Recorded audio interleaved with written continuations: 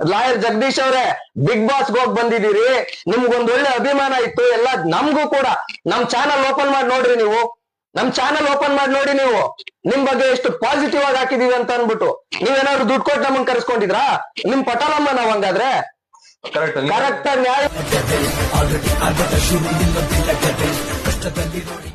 ಯಾರೋ ಒಬ್ರು ಹಾಕಿದ್ರು, ಬಹಳ ನಿಂದಿಸಿ ಮಗನೇ ಗೀಗನೆ ಅನ್ನೋ ತರ ಎಲ್ಲಾ ಮಾತಾಡ್ತಾರೆ. ಆಕ್ಚುಲಿ ಒಬ್ಬ ದೊಡ್ಡ ಸ್ಟಾರ್ 55 ಸಿನಿಮಾಗಳನ್ನ ಮಾಡಿ ಇವತ್ತು ನಮ್ಮ ಕನ್ನಡ ಚಿತ್ರರಂಗದಲ್ಲಿ ಬೇರೆಯವ್ರು ಇದಾರೆ ಆಯ್ತಾ. ಇವ್ನ್ ಯಾವನೋ ಇವಾಗ ಬಂದ್ಬಿಟ್ಟು ನಾನೇ ಕರ್ನಾಟಕದ ಕಳ್ಸು, ನಾನ್ ಕರ್ನಾಟಕದಲ್ಲಿ ಹಂಗೆ ಹಿಂಗೆ ಅಂತ ಇವೆಲ್ಲಾ ನಡೆಯಲ್ಲ ಇವನಿಗೆ.